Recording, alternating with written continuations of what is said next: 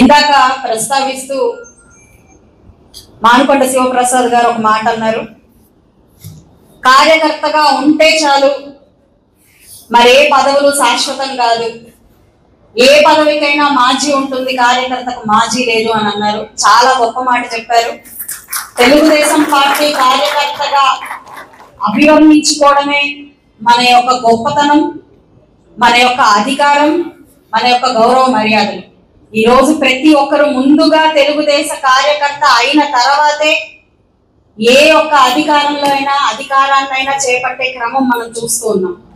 మరి మీరు చంద్రబాబు నాయుడు గారి దగ్గరికి వెళ్తే సామాన్య యూత్ ప్రెసిడెంట్ గా ఆయన రాజకీయ ప్రస్థానం మొదలుపెట్టి ఈరోజు అలుపెరుగని ఒక మహర్షి లాగా సీఎం అంటే చంద్రబాబు నాయుడే, మరొక వ్యక్తే లేరు అని ఆంధ్ర రాష్ట్ర ప్రజలకు ఒక భరోసా కల్పించే విధంగా ఇంత సుదీర్ఘ ప్రయాణం 75 సంవత్సరాల పాటు జరిపి ఈరోజు ఆంధ్ర రాష్ట్ర ప్రజల కోసమే బ్రతుకుతూ ఆయన ఊపిరి నిశ్వాస కేవలం ఆంధ్ర రాష్ట్ర అభివృద్ధి కోసమే జరుపుతున్నారు అని అంటే, ఆ రోజు ఒక యూత్ గా ముందుకు వచ్చి ఈ రోజు వెనుతిరగలేని ఒక సీఎం గా నిలిచిపోయారు అని అంటే కేవలం ఆయన యొక్క అకుంఠిత దీక్ష, ఈ యొక్క రాష్ట్రం మీద ఉన్న ప్రేమ మాత్రమే అని చెప్పి మనం అందరం గుర్తుపెట్టుకోవాలి.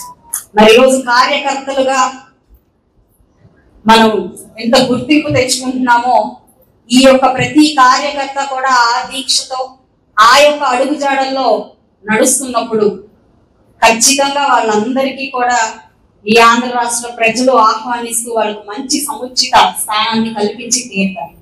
ఇది ఏ ఒక్క నాయకుడో లేదంటే పార్టీకి సంబంధించిన పెద్దలో కల్పించే గౌరవ మర్యాదలు కాదు, ప్రజలు ఇచ్చే గౌరవ మర్యాదలుగా మనం నమ్మాలి, భావించాలి.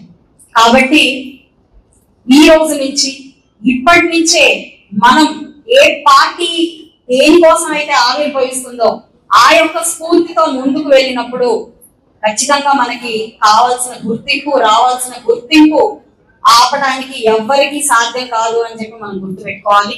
పదవులు, గుర్తింపులు, గౌరవ మర్యాదలు, మన పేరు అన్ని కూడా మన పనితో మాత్రమే, మనం శ్రమిస్తే మాత్రమే వస్తాయి, శ్రమలో భాగంగా వస్తాయి. రానప్పుడు అది మనం శ్రమించలేదు అని దానికి అర్థం కాదు. ఇందాక పెద్దలు శేషయ్య గారు చెప్పారు, ఓర్పు నాయకుడికి ముందు ముఖ్య లక్షణం ఓర్పు.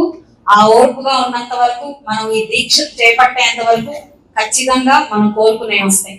అయితే పదవులు శాశ్వతం కాదు, ప్రతి ఒక్కరు మాజీయే అనిపించుకుంటారు అన్నప్పుడు అసలు పదవి వైపుకు వెళ్ళాలనే ఆకాంక్ష ఉండదు, కార్యకర్తగా మిగిలిపోతే చాలు అనే ఒక సంతృప్తితో ప్రతి ఒక్క తెలుగుదేశం పార్టీ కార్యకర్త ఈ రోజు ఊపిరి పీల్చుకోవచ్చు అని చెప్పి ఆయన మాటల్లో నాకు అనిపించింది. ఈరోజు ఎమ్మెల్యేగా నేనున్నా, కార్యకర్తగా అనిపించుకోవడమే నాకు ఎంతో గౌరవం అని చెప్పి చెప్పడంలో ఏమాత్రం సందేహం.